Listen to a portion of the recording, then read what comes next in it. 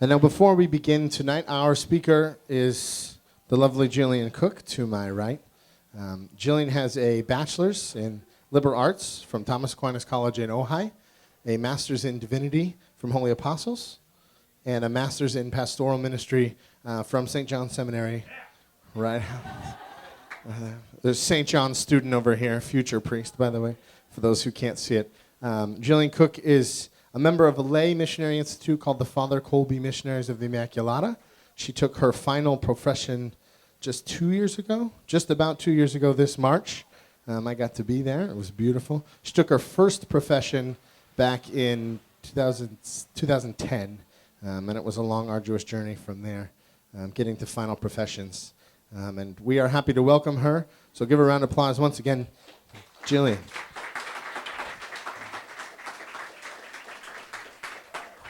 Thank you, Christopher. Last time he introduced me, he said, I have a sister, and I'm her brother, and then I had to clarify to everybody that he's not really my brother, but in the heart he is, so that's cool. So we're very grateful for Chris, and he does a great job of introducing. Most of the time, people totally botch Father Colby Missionaries of the Immaculata. We get called all sorts of things, and they usually forget about vows, and it can really turn into a mess. So just a tiny, tiny bit about the Father Colby Missionaries. As Chris said, we are a lay consecrated institute. We are a secular institute.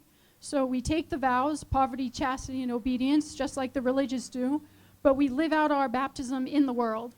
So just as married people live out their baptism through the vows of marriage, but in the world, so we live out our baptism by the vows of poverty, chastity, and obedience, but in the world. So we're actually called to be like leaven in society, which means to change the world from within and in a more hidden way. St. John Paul II called secular institutes hidden workers for good. And of course, I'm not very hidden right now with a microphone and everything and my really bright polka dotty shirt. But the idea is to do just that. Okay? All right. So I don't know how I got into this mess, to be honest with you. It's not really a mess. It's a blessing to be here.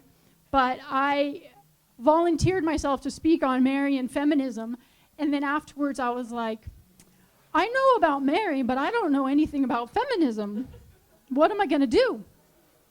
So I began to read textbooks that they use in universities teaching feminism, and I began to talk to people more on that level.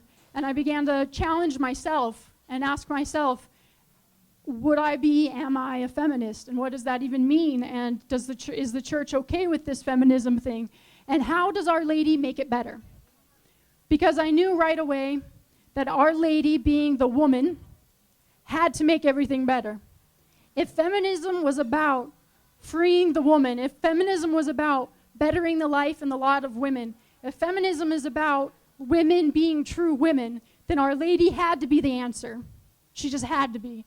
And so I'm very grateful to say that as far as I'm concerned, and I believe as far as the church is concerned, therefore what is true, is that Mary is the answer to feminism. Mary is the answer to feminism. And we're going to just look a little bit at that tonight. The first thing we need to do is ask ourselves, what is feminism?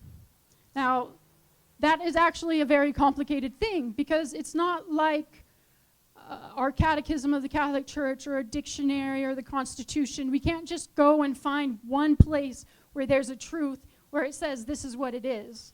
So of the various things that I've encountered, one of them was that it is the political theory and practice that struggles to free all women. Liberate women from the constraints and oppressions caused by patriarchy, a social system in which men rule and women are pushed into positions of inferiority and subservience. It is a struggle to end sexist oppression. It also says that it is a belief system that by ending domination in all its guises liberates people so they can be their best selves. It is a belief in the social, political, and economic equality of the sexes and the movement organized around this belief. Now, some of us hear the word feminism and we cringe and we automatically want to close the door. If someone came to your room and house and said, I'm a feminist, You might show them the front door and say, "It was lovely to meet you." Or perhaps you just get very uncomfortable and you don't even know what that means. Or perhaps you see the March for Women and you see the media and you see all of the really negative feminist stuff. At least from my perspective, a lot of it is negative. What I want to do first of all is just point out that feminism has had a place in history. I don't know, if any woman in here has been to college, you can thank the feminist movement for that. If any woman is here without a male chaperone, you can thank the feminist movement for that. If any women here are wearing pants, you can thank the feminist movement for that. If any of the women here have salaries that are similar to male salaries and they go to work and they're not freaked out that they're going to be less than, you owe a lot of that to the feminist movement. We owe a lot to the feminist movement. Even though this last election series was a nightmare, the fact that women could vote is something that we couldn't do for over 100 years of our foundation.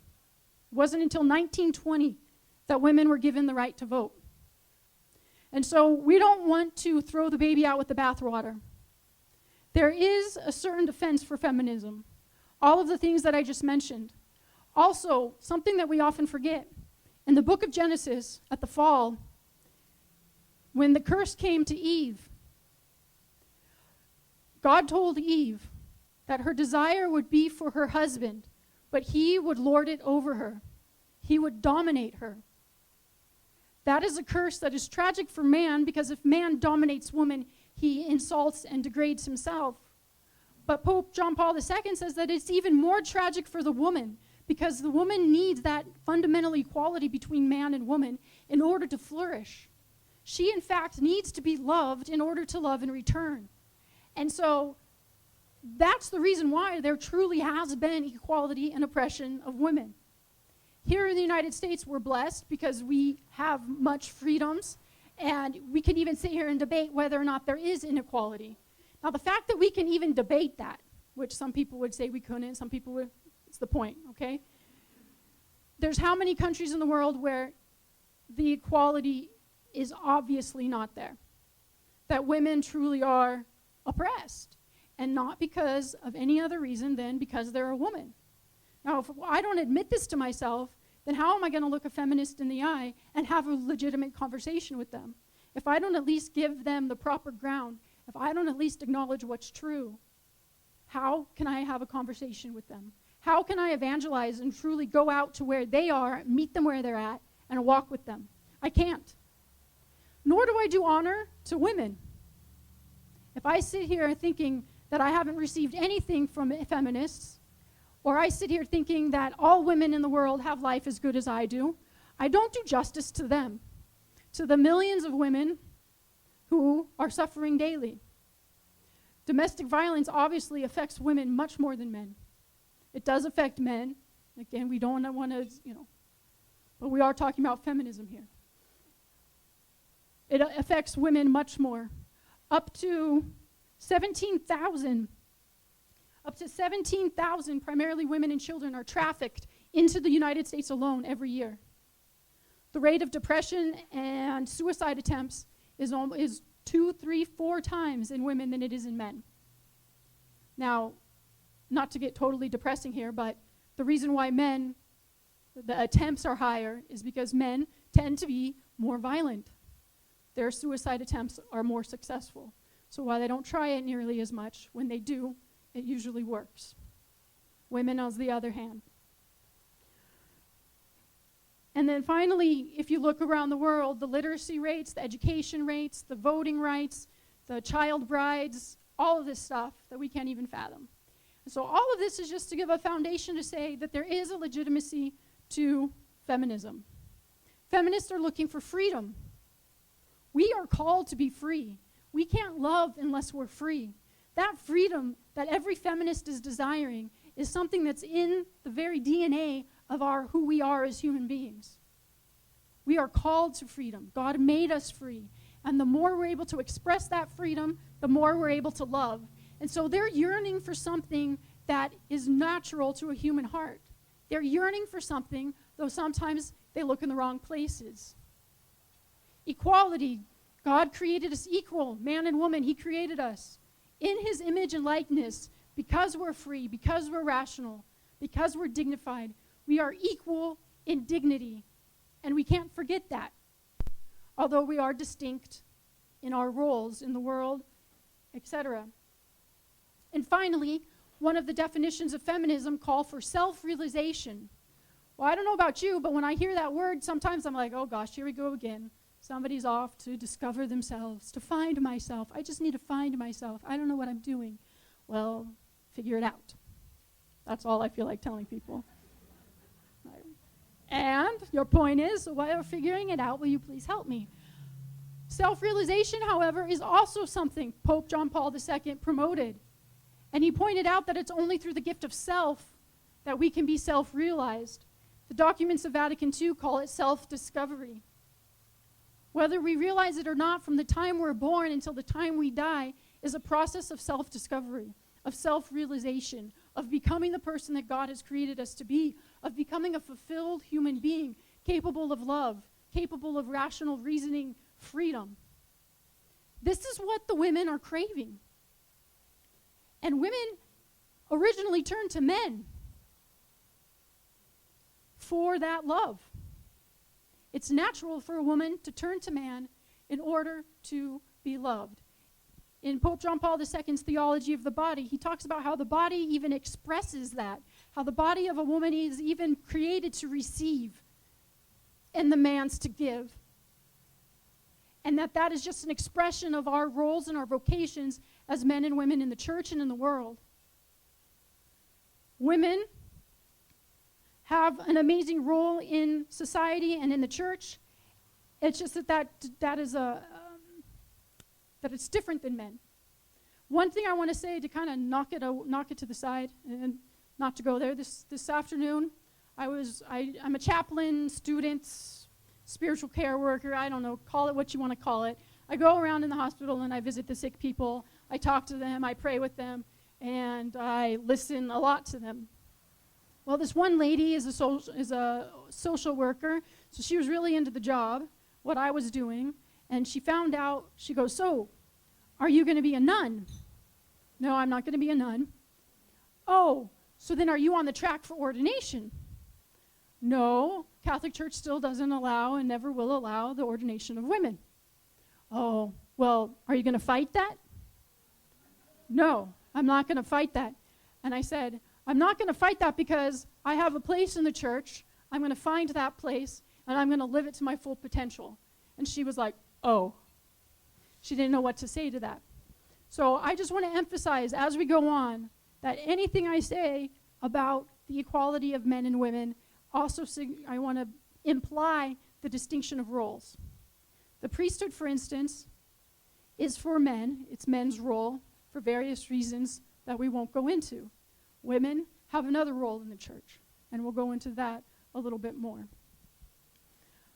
So if feminism is so great, what the heck happened? How did it go off track? The first thing that I believe, when I speak about feminism, by the way, because it's such a vague and huge category of things, I mean, even the March for Women, I don't have the piece of paper here, they have like 20 principles, and it's everything from equality of workers to the equality of the LGBTIQIA community to everything else. And so it's really hard. So when I speak about feminism, let it be known that I really am speaking more my opinion. When I'm speaking about the church, God willing, God leading, I'm speaking about what the church teaches and what the church believes. I just want to make that clear because, again, feminism isn't this thing that I can say, you're going to go meet 10 feminists and get 10 different answers. At least that's been my experience. So feminism went off the track when it started to forget what freedom meant and what equality meant. By thinking that equality meant that I can do whatever a man can do, they technically were belittling themselves without realizing it. Because if I can only have worth, if I'm only valued, if my dignity is only recognized when I do what a man does, then what about my dignity and my identity as a woman? where does that go? What happens to it? So right away, when we think equality meant doing whatever a man can do, and that even got pushed over the limit to doing it better, we throw equality out the window. Because we're no longer equal, we're trying to be the same. And both Pope Francis, Pope Benedict, and Pope John Paul II, and I'm sure probably Pope John the 23rd, have all taught us that there needs to be equality in the sexes. Oppression needs to be destroyed, obliterated, overcome, but that must never mean that women become more and more masculine. Now, when I say that, what do I mean? I don't mean become neurosurgeons and lawyers and judges and firemen and firewomen. I'm not saying that women can't do that. I'm not saying that that's masculinizing women, necessarily. But it does mean that a woman needs to be proud of who she is as a woman.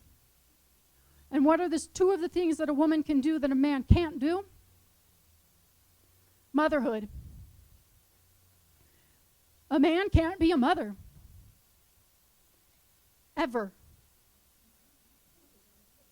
No matter what technology comes about, a father will never be a mother. And a wife. A man cannot be a wife, a spouse, in a feminine sense. So these are two things that the feminists tended to throw out the window when they started to seek equality. Now, you might think that this is a problem of recent times, but it's not. As early as 1870, a woman by the last name of Woodhull tried to promote free sex. Now, I thought this was something that started in the 60s, so when I read 1870, I was like, oh my gosh, this is a much bigger story than I thought. 1870, she was promoting that women needed to be free of the demands of the bedroom in order to fulfill themselves and their sexual desires however they wanted, whenever they wanted. So basically, they wanted to become exactly what they were arguing men were. Sex on demand, when and where and how I want. Which is exactly what they were arguing men did to them, and it was an oppression. So they wanted to do the same thing. So they separated sex from procreation. They separated sex from the union with God. They separated sex from the unity between man and woman. And when you do that, and you throw away the equality of men and women, you begin to lose completely the fundamental value of who we are as women.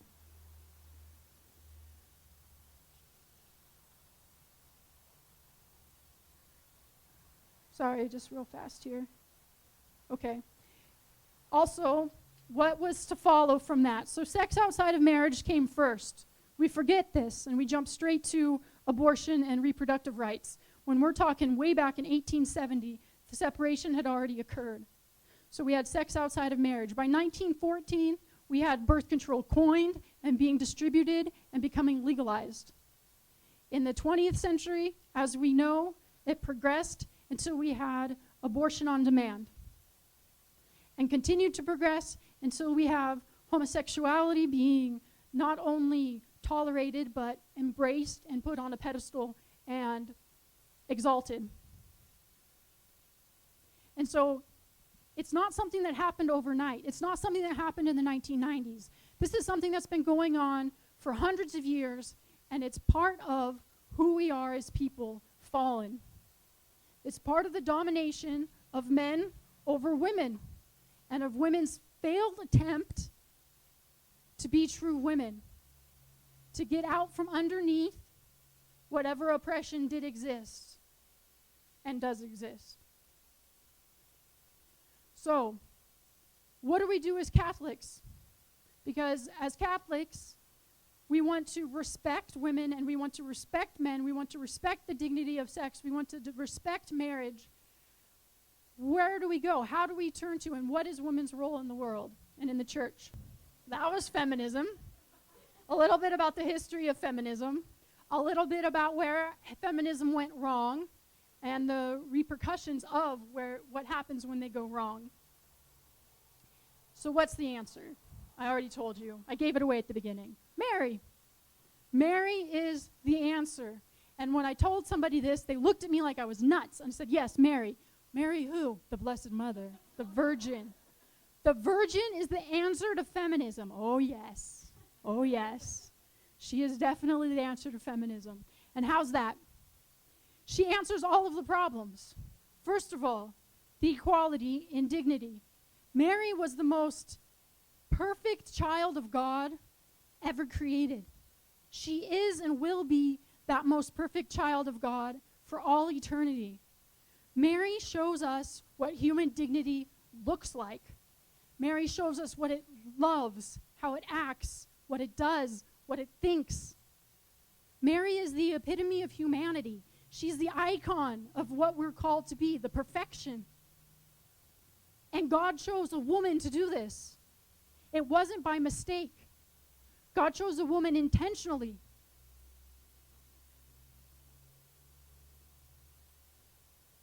Mary, as we know, was most free. How was Mary the most free person? Because she was full of grace. And grace builds on and perfects nature. And so by being full of grace, she was more and more free to do the will of God. She was more and more free to do what she actually wanted to do. That is the will of God. The more we are full of grace, the more freedom that we experience in life. Because the only slavery that exists in this world is sin. St. Paul talks about how we're no longer slaves to sin. Jesus says that I no longer call you slaves, but friends. So, grace equals freedom. So we have Mary, the most dignified, the most free woman, the most free person to ever walk the face of the earth, and she is a woman. Now, this is all because she is the Theotokos. She is the God-bearer. Our goal as human beings is not to win the lottery, is not to get a good job, is not even really to have a family and children, to be a missionary. These are all means to an end. Our goal, that is our happiness, lies in union with God. The more that we can do God's will, the more that we can be united to Him in prayer, the happier you're going to be. That's just the way it is. If you're not happy, the first thing you need to check is if you're right with God. Because happiness is not going to be found outside of Him. Mary was so united to God that she carried Jesus Christ in her womb for 9 months. You cannot be more united to God than that. So she is the epitome of what we're called to be, as I mentioned earlier. Speaking a little bit more about equality. Now, we said it's not really fair, at least I don't think it's fair, that Eve got the short end of the stick. All right, so she believed the big scary serpent, and she ate an apple, which doesn't say anything about apples in the Bible, I know. Okay, she ate the apple, and then she turned over and she saw Adam, and she's like, Adam, and he didn't even need a big scary serpent. All he needed was her. And she's like, okay, and he takes it and he eats it. I've always thought that was fascinating. I realized how powerful women can be in this world.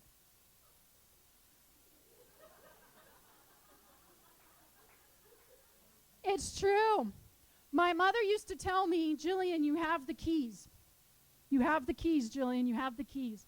And I was like, Mom, stop it, you're embarrassing me. But she was absolutely right. How often do we, if we know a man who loves us, women, you have to admit it's scary that he'll do anything you want for you. For you. Now, I don't mean that he'll wash the dishes when you want him to wash the dishes. But you know there's a certain power that we have over a man who loves us. And Eve had that power because they loved each other tremendously. And Adam fell for it. And he took it and he ate it. And we fell. And then Adam fell just as far as Eve did, and yet poor Eve gets the short end of the stick, and now Adam's going to be her big scary boss. That just doesn't seem right.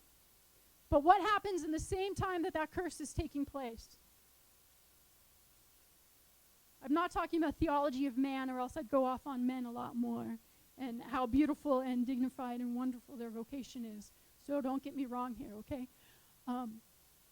The proto-evangelium, she will crush your head. At that moment of the curse, when Eve is supposedly getting the short end of the stick, when Eve is supposedly getting a bad deal, she's elevated to the point of being Theotokos, being God-bearer, being the instrument of who will crush the head of Satan. This is why she has had to suffer, because it is in our nature to receive love. And so when that nature was twisted, we continued to yearn for that love, but we simply didn't receive it. Just like men are created to love, to give, to be gift, to protect. But when that was twisted, they became dominating and unable to love. Love becomes lust. So both sides of the coin were twisted, perverted. But women's in the way that we explained. And Mary is the answer. Mary is the answer. Now, how awesome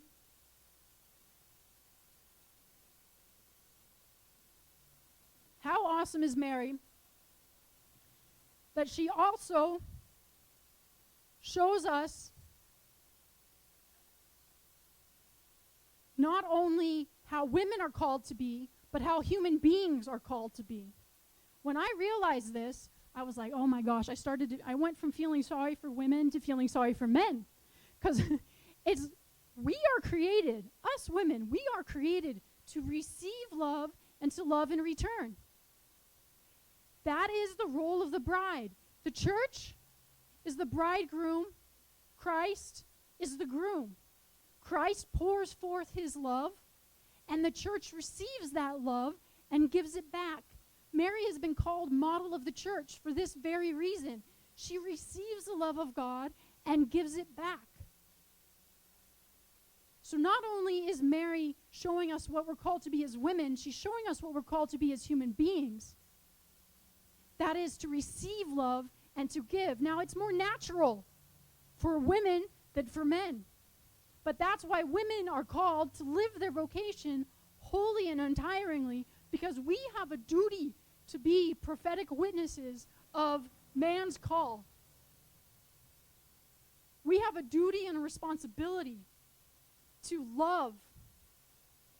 God, when he gave and entrusted little children to women, he also entrusted them to fathers, and fathers play an irreplaceable role. But who is the one that introduces the child to dad? The mother. Who knows the mother first? No, who knows the baby first? The mother. Who literally gives her body and blood for the child? The mother. And so it's the mother that teaches the man how to love. It's the mother. It's woman. And if we as women cannot love and respect ourselves for who we are, we can't expect men to love and respect us for who we are. If we can't turn around and love people as children of God,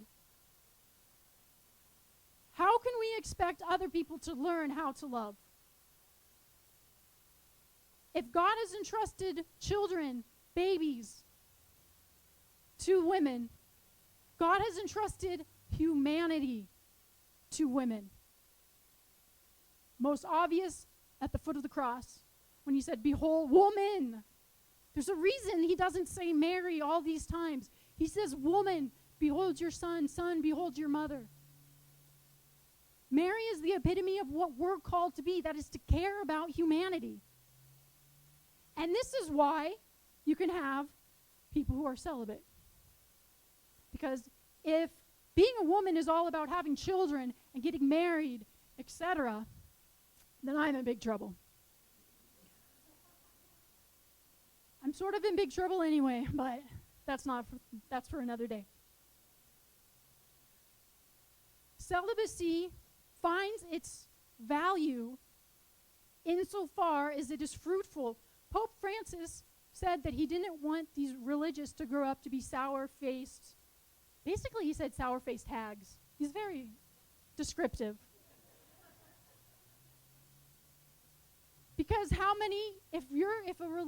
a consecrated person is not overflowing with the joy of the Lord, there's something wrong. If a consecrated person can't love and strive to love every single person as her child, there's something wrong. Because the consecrated person is called to be a prophetic witness of the kingdom to come, of the union that already exists between mankind, humanity, and God. And so Mary, in God's infinite wisdom, is both mother and virgin. Because it is the complementarity of the vocations. Mary is both mother and virgin. A woman is a woman when she loves. And so at this point, this is where I turn into pep talk Jill. Because I think I filled your heads enough with all of the heady stuff. The pep talk Jill says, women need to love to be women.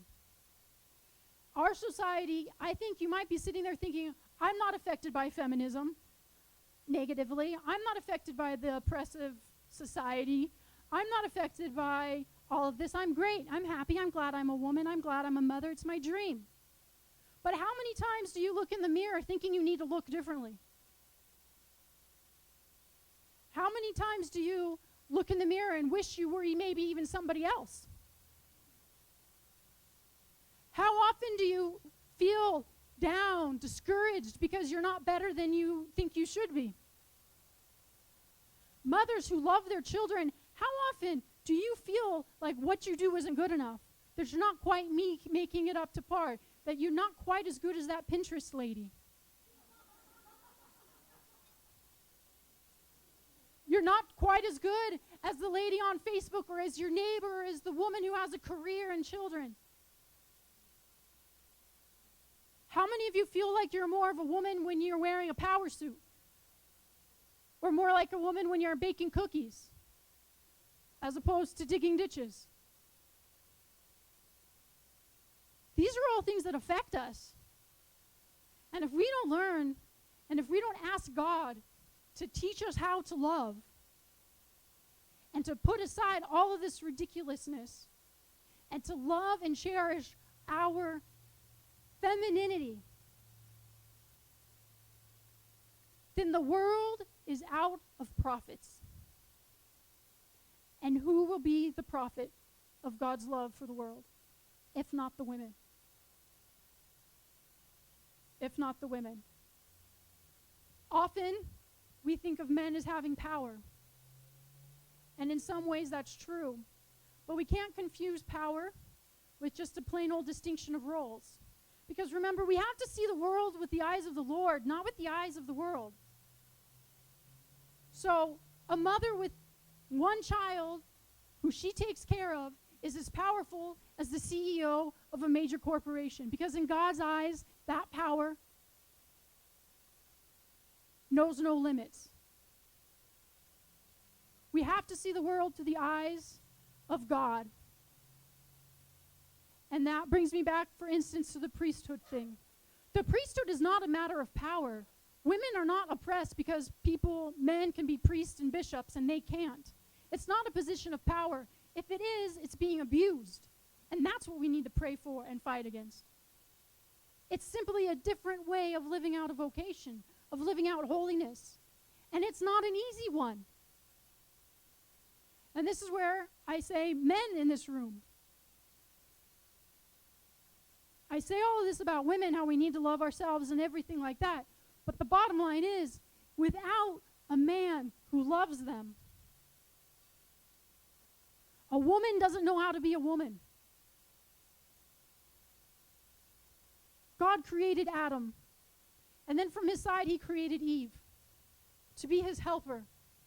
That is to help him get to heaven, to walk with him. We think of the world sometimes as what the women do as being mundane. Washing laundry, serving their husband. When did that become a bad thing? I don't know.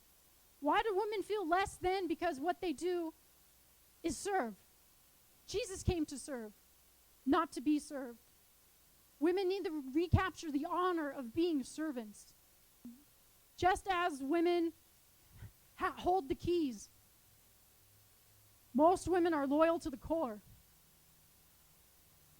You give a woman a reason to love you back, and she will love you until her death. It's part of who we are. This is why those of you dating, etc., or thinking about dating or whatever, this is why it can be so scary, men, when you think what you say is nonchalant, and the woman, the girl, takes it as being almost a marriage proposal, and you can't figure out why she's so upset when all you said was whatever. It's because she experienced what she's translating what you're doing as love, and she's giving back. So women, take it easy. Men, step it up a notch. And then everybody will be happy. Everybody will be happy. Man is created for union with God. That union is manifested through marriage, which is the most beautiful sacrament, the most magnificent vocation. It's a beautiful thing. That's why it's so hard. The sacred is never easy. It's so hard because you are taking on humanity. It's so hard because you are fighting constantly against our fall. That's why it's so hard. Relationships are hard because of this. Women don't love themselves because of this. But the answer is found in Our Lady. The answer is found in the Theotokos, the God-bearer, she who was in union with God. I challenge you, women and men, because Our Lady is for all of us. And this is a challenge maybe even more for men than for women. You have to let yourself be loved. We cannot put up walls and keep ourselves from being loved by somebody, somehow, some way. We risk being hurt. Love hurts, and it's worth the risk. We need to open ourselves because only by being led by love can we love in return. Mary opened herself first and foremost to God. She gave herself entirely to him. She opened herself to him so much so that Jesus became man. If we open ourselves up to the love of God, Jesus will become present also in our daily lives. Today, somebody asked me why I like doing the hospital thing, which is funny because I was always really scared of sick people.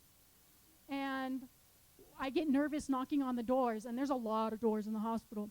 And so I go up to the doors, and I'm always like, knock, knock. And if it's closed, I barely tap it. And I'm like, oh, they're asleep. Okay. I make so many circles on the floor that I'm surprised they haven't kicked me out yet, because I'm just like, sometimes I make it all the way down the hall and realize that I didn't go into one single room. And I've got like 6 to 8 hours of this. Somebody asked me, why the heck do you do this? I said, because every time I meet somebody, it's an encounter with God. If I remember to go in there loving the person, it's an encounter with God. You find God everywhere if you're able to empty yourself. But also Mary let herself be led by St. Joseph. She let herself be loved by St. Joseph. That took guts. That took courage. This woman was vowed to God. And she allowed St. Joseph into her life intimately and to take care of her son. She surrendered. She was a true wife. Sometimes we forget that. We think of her as a mom, but Mary was a good and faithful wife. And she was a faithful wife by letting herself be loved and led by St. Joseph. It is not an insult to women to be led. It's a beautiful thing because it's who we're called to be. And so I close then, thanking you and hoping that I tried to condense about 3 centuries and 300 pages of the catechism and whatnot into 45 minutes.